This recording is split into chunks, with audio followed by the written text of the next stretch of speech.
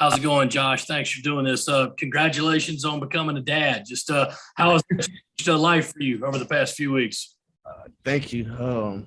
It's been amazing. Like I said, I'm still amazed by it. Like it's something that you dream of.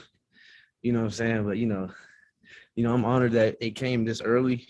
You know, like like it's so many things. Like I can't even explain the feelings. Like I'm happy. Like I'm a proud dad. Like I said, this is my first game that I get to go out on the field as a dad. So like it's crazy. And what's her name? Jenna Leona Gaines Van. Ben Briner. Hey Josh, wanted to double check. What are kind of your plans for next year? Do you have those kind of settled up yet? Nah, I'm keeping all the cards on the table. Just see how this last game goes. But I don't want to focus in on making a decision already. I had a heck of a year, so just keeping all the options on the table. So I'm just really focused on the games tomorrow, and everything happens after that. Dick Cox. Josh, a lot of fun activities when you go to a bowl. What was your favorite activity, and did you participate in riding in one of the NASCARs? Oh, I did. I definitely participated in riding NASCAR. It was crazy because I waited when it was my turn. I waited and waited. I think I let like 6 players go in front of me because it was a number 6 NASCAR out there. So I was like, I gotta get in number 6 NASCAR. That was probably one of my favorites. I took actually 3 laps around there. I think all of them was favorite. Like I'm a big old kid, so we went bowling.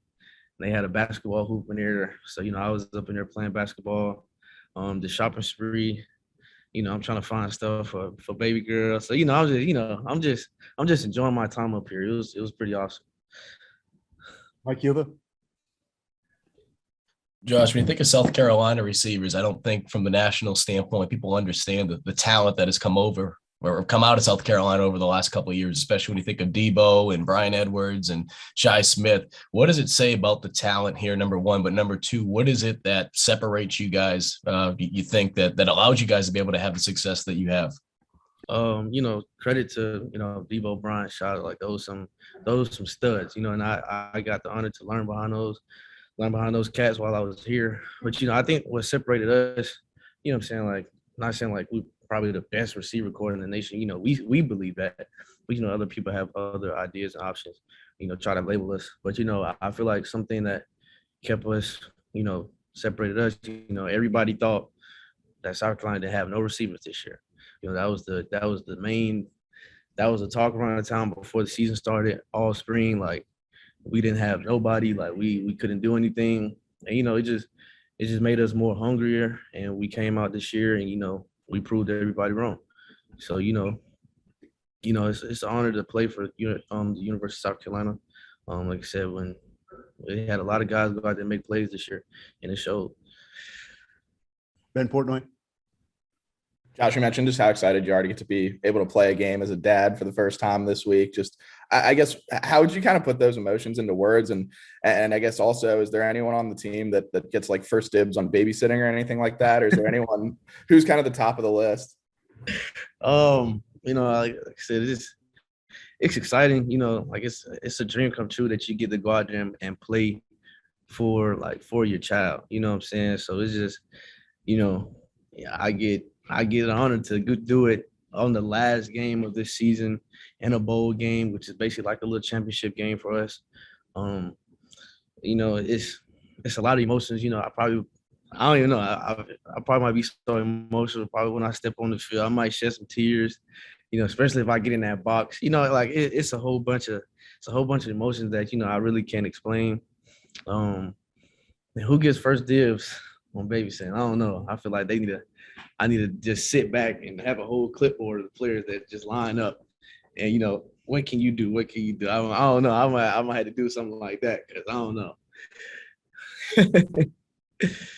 Colin Taylor. Yeah, Josh, 2 for you. Was there something that you have learned about fatherhood over the last couple of weeks that you didn't realize, or it was going to be that bad or that intensive when you had the kid? I knew it was going to be a little I wouldn't say complicated, but like I said, I feel like what really caught my eye. So when she came, she was born December 7th on Tuesday. So we was in the hospital for 2 days. So we left Thursday, and that first night at home, I'm like, what is the difference from you can't sleep at home, but you can sleep outside? It was crazy. Like, I'm like, man, crying. I'm like, man, we was in the hospital, man. You was just peaceful. Got some good sleep in. So, I learned not to get frustrated. First parent, I learned how just not to get frustrated. It's gonna be all right. Just whatever she needs. If she's hungry, she needs diaper change. So that's been the experience. But it's been one heck of a experience though. Yeah. And I guess you mentioned the fact that you want to keep all your options on the table. When you do ultimately make a decision or sit down and make a decision, what are some of the factors you're going to be weighing most? Obviously, thinking of it ain't just about me now. So I'll be thinking about what's best for my daughter. Should I go to the league, to potentially get drafted, to make some more money, to provide in that type of way? Do I come back to school? It's a whole bunch of options that's out there that, me and my girlfriend have to talk about, so it's a lot, but when I make a decision, everybody will know. Hale? Josh, I had to ask the other two guys about it, but Coach Beamer was mentioning how some guys had to leave the team because of positive tests yesterday. What's that like as you guys have to, say bye to guys who you're expecting to have with you on the field so close to a game? It's tough. It's real tough because you go throughout the whole season, everybody just making sure they're up on protocols, trying to do the right thing, and it sucks. So like I said, it's the last game of the season. Everybody wants to play, but for guys that got to go home on like 2 days away from the game, it's real. Like, it's heartbreaking. People work their butts off. 2 days away. You got to go home because tested positive for COVID. It sucks. It is what it is. Everybody try to keep their mask going around here, but some situations it's just some things you just can't control. Corey Diaz?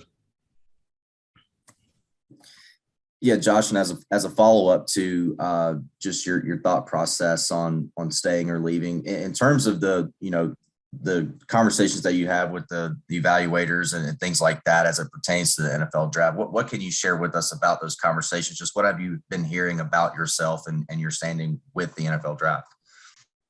I haven't really heard too much. The things I dare hear, I try to keep that, professional. But it's a lot of it's definitely a lot of options to be weighed on the table.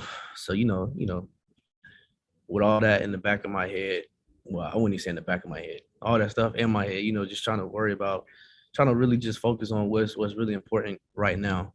So I just try to stay focused on the game and not be so much caught up in NFL and the draft. I just before the season, with the whole NIL deals and stuff like that, a whole bunch of people was telling me, asking me, am I going to do that? I told them, like, I'm focused on one thing, and that's, for me to go out there and do my best on the field and play football. And that's pretty much all I'm concerned about right now. All right. Thank you, Josh.